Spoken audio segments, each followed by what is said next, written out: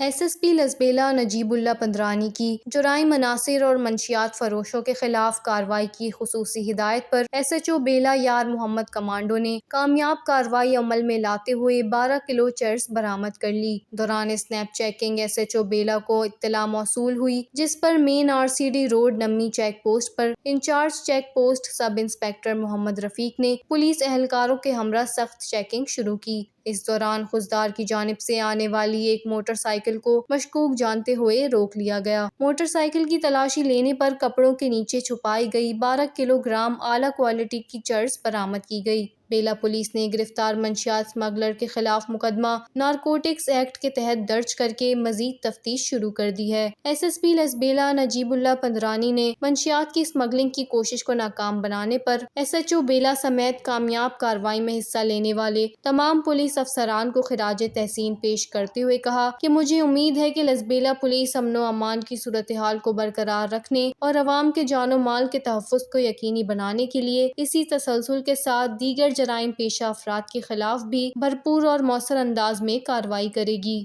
وش news, Lasbela, Balochistan.